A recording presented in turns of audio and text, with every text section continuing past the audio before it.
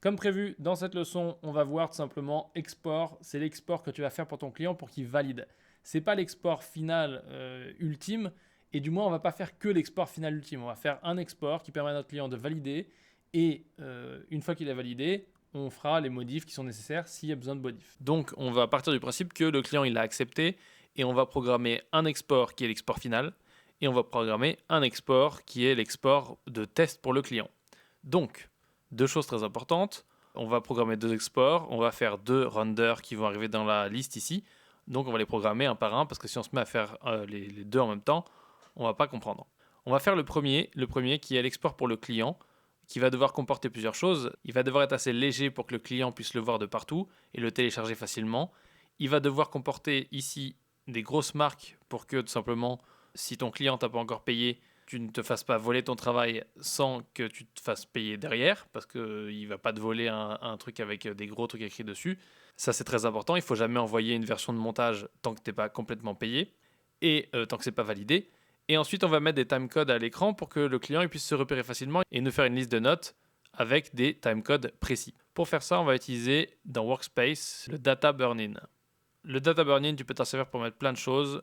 Donc, par exemple, le Record Timecode, qui apparaît ici, qui est le timecode de la timeline. Puisque tu vois que là, on est à 26.04 et il nous dit 26.04. Et donc, moi, je vais mettre ça, je vais juste le grossir un petit peu. Je vais aller cliquer ici et enlever le préfixe. Voilà. Et je vais le déplacer en hauteur. Voilà.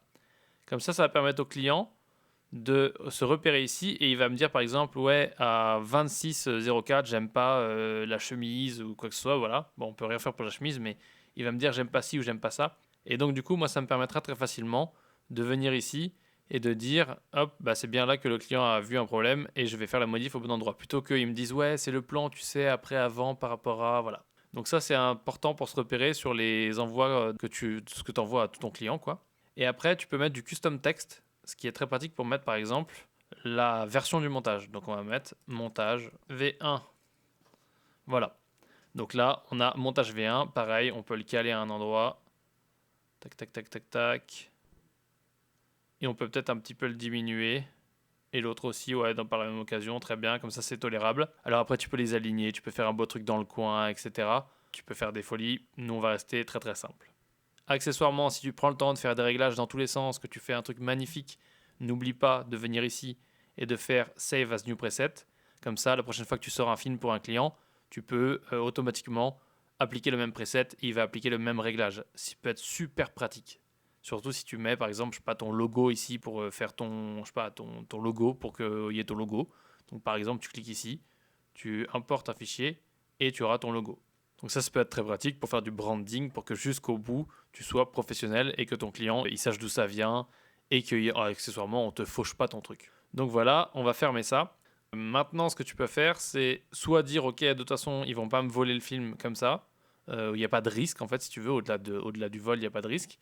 Si tu n'es pas convaincu, tu peux venir ici, dans la partie Edit, et faire un titre, tout simplement, donc dans Effect Library, Title, Texte, et là, on va mettre un texte sur tout le long. Donc vraiment du début à la fin. On va faire ce texte qui dit Maximus University. On va le mettre en Arial. Donc Arial, bold, non pas italique, juste bold, voilà. Et là, on va lui mettre une transparence. Donc on va aller dans opacité, dans vidéo, et on va lui mettre une transparence. Comme ça, voilà. Et donc maintenant, ce texte, on appuie sur le wireframe ici, et on va se le coller, par exemple ici. Maintenant qu'on l'a positionné, bon, on peut le réduire encore un peu. L'idée, c'est vraiment que ce soit quasi invisible, mais juste assez visible pour que le client n'ait pas envie de poster ça sur son site et qu'il dise bah non, moi j'ai pas envie de te payer, désolé, bonne journée. C'est pas une bonne surprise. Donc là, on a ce qu'il faut pour faire notre export, tout est en place. On va aller dans Deliver, enfin on retourne dans Deliver. Et là, moi je me prends pas la tête. Tu vois que j'ai programmé plein d'exports ici, mais si tu veux vraiment pas te prendre la tête, tu fais un export 720p ou 1080p pour Vimeo. Parce que moi, par exemple, je fais valider à mes clients sur Vimeo. Donc du coup, je fais l'export pour Vimeo. Je ne me prends pas la tête. Je vérifie bien ici d'être en single clip. Je vérifie bien ici d'être en timeline entière. Et ensuite, je regarde rapidement les réglages. Et le réglage qui est important, il est là, dans Advanced Settings.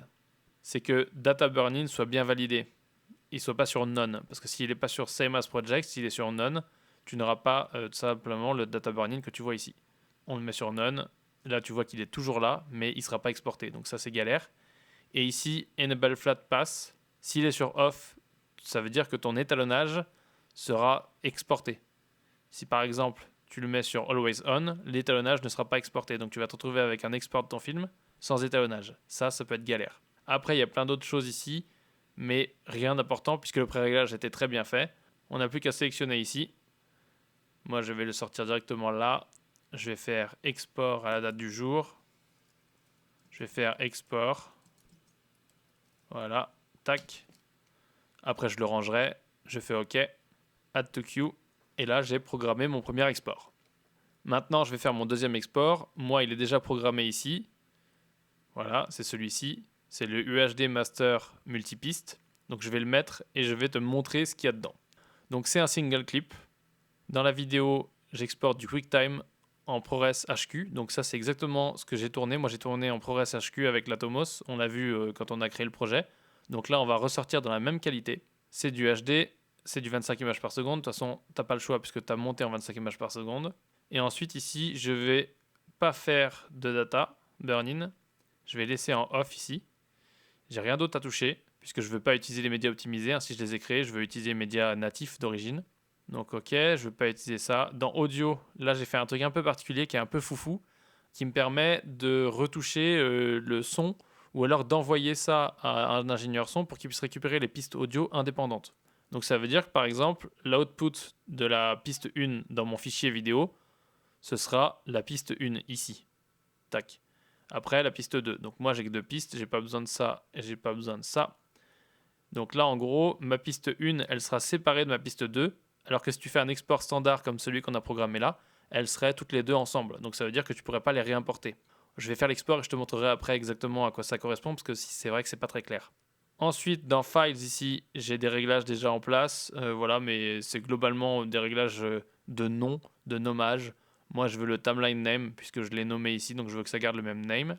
Et là, il va juste me le mettre dans un dossier DNX SQ. Donc là, je pourrais mettre un autre dossier ici. Je pourrais mettre ProRes HQ. Voilà. Et là, je peux faire Add to Render Queue. Après, je les sélectionne tous les deux. Je sauvegarde. Comme ça, je suis sûr que j'ai bien tout en place. Et je fais Start Render. Et là, il va me les calculer. Il va me faire l'export du premier et du deuxième, exactement au même endroit. Sauf qu'il y en a un qui sera dans un dossier et l'autre qui sera en plein milieu, comme ça. Maintenant, on va arrêter cet export, puisque là, on a un petit souci. Ou pas vraiment un souci, mais en tout cas, ça va rester même sur l'export final que je t'ai montré, le deuxième. Et moi, je veux pas que ça reste. Donc, je le retire. On part du principe que ça, pour le client, ça suffira. Au pire, tu peux mettre ton logo, tu peux mettre autre chose. Ou tu peux créer un logo, par exemple, qui est un faux logo, qui est juste un logo de protection.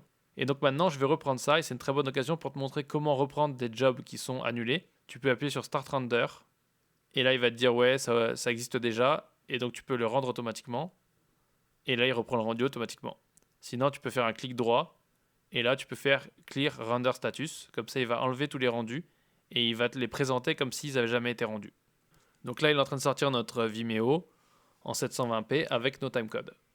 Donc là, il a fini le premier export. Tu peux voir, il entame le deuxième. Donc le premier a pris 1 minute 45, donc quasiment du temps réel. Tu peux voir d'ailleurs, pendant que tu fais un export ici, ce que tu vois ici qui change, c'est la vitesse à laquelle il fait ton export.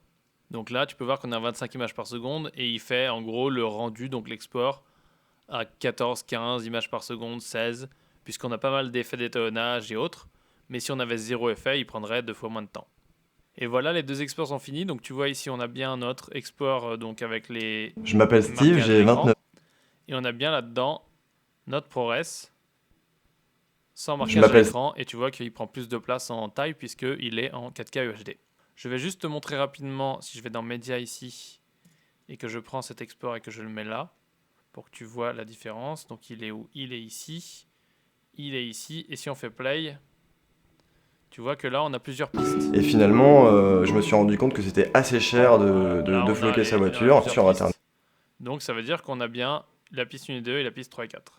J'ai trouvé Look Voiture qui m'a permis justement d'avoir un prix beaucoup moins cher et surtout de coller les stickers moi-même de façon très simple. Ça fait maintenant 5 ans que j'ai marqué ma voiture et c'est vrai que ça m'a...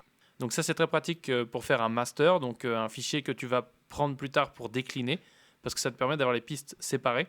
Et si ton archive est cassée ou qu'il y a un problème ou quoi que ce soit, tu as quelque chose de modifiable.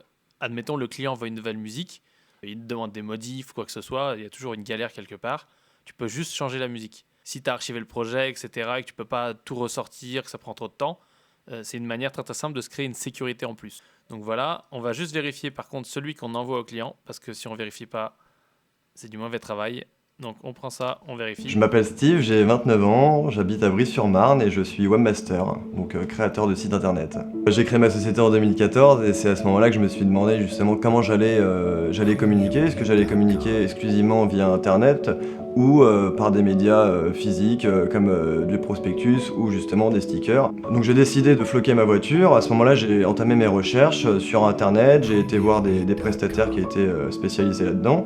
Et finalement, je me suis rendu compte que c'était assez cher de floquer sa voiture. Sur internet, j'ai trouvé Look Voiture qui m'a permis justement d'avoir un prix beaucoup moins cher et surtout de coller les stickers moi-même de façon très simple. Ça fait maintenant 5 ans que j'ai marqué ma voiture et c'est vrai que ça m'a apporté beaucoup en termes de contact, en termes de clients. C'est vrai que quand je suis sur l'autoroute, j'ai des gens qui me font un petit signe comme ça pour me dire qu'ils vont m'appeler. Le garagiste s'est transformé en client alors que c'était moi le client à la base. C'était assez marrant. Ce que j'aime beaucoup chez Look Voiture, c'est la simplicité en fait. C'est le fait de pouvoir créer son sticker en ligne très rapidement, d'avoir le prix en temps réel, de ne pas attendre un devis 24-48 heures pour prendre une décision. Là, on sait tout de suite combien on va payer. L'avantage aussi, c'est quand même la pose. La pose est vraiment simple, quoi. On n'a pas besoin d'être poseur professionnel. Tout le monde peut le faire, quoi. C'est ça qui est vraiment bien.